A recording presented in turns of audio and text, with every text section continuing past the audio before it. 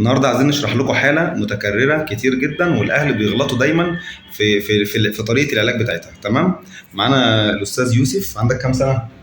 9. 9 سنين. ايه الاعراض اللي عنده؟ بطنه بتوجعه وبيرجع، وايه تاني؟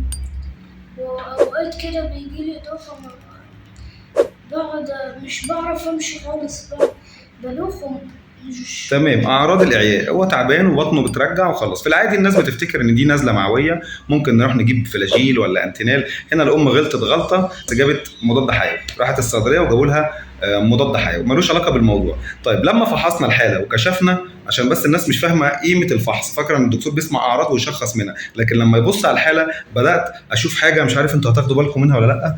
بص كده يوسف فوق، بصوا عينيه صفرا ازاي. ها، دي حاجه الام ممكن ما تكونش واخده بالها منها. ادي حاجه. في حاجه كمان، افتح كده وريني بطنك يا يوسف. بص هنا، ده الجنب اليمين وده الجنب الشمال. في وجع هنا يا يوسف؟ لا. هنا مفيش. طب هنا في وجع ليه؟ عشان الكبد هنا. فدي اعراض ايه يا جماعه؟ التهاب كبدي. التهاب كبدي. خلاص.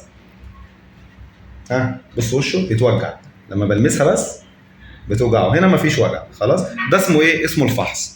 لكن ان انت تقولي لي بطني بتوجعني الواد بيرجع اديله يا دكتور، اقول لك اديله فلاجيل، اكيد مش هعمل كده لان انا مش واثق هو عنده ايه. لازم يتفحص. لما فحصناه طلع ان الطفل عنده التهاب كبدي، وغالبا التهاب كبدي الف، وهنثبت ده بالتحاليل.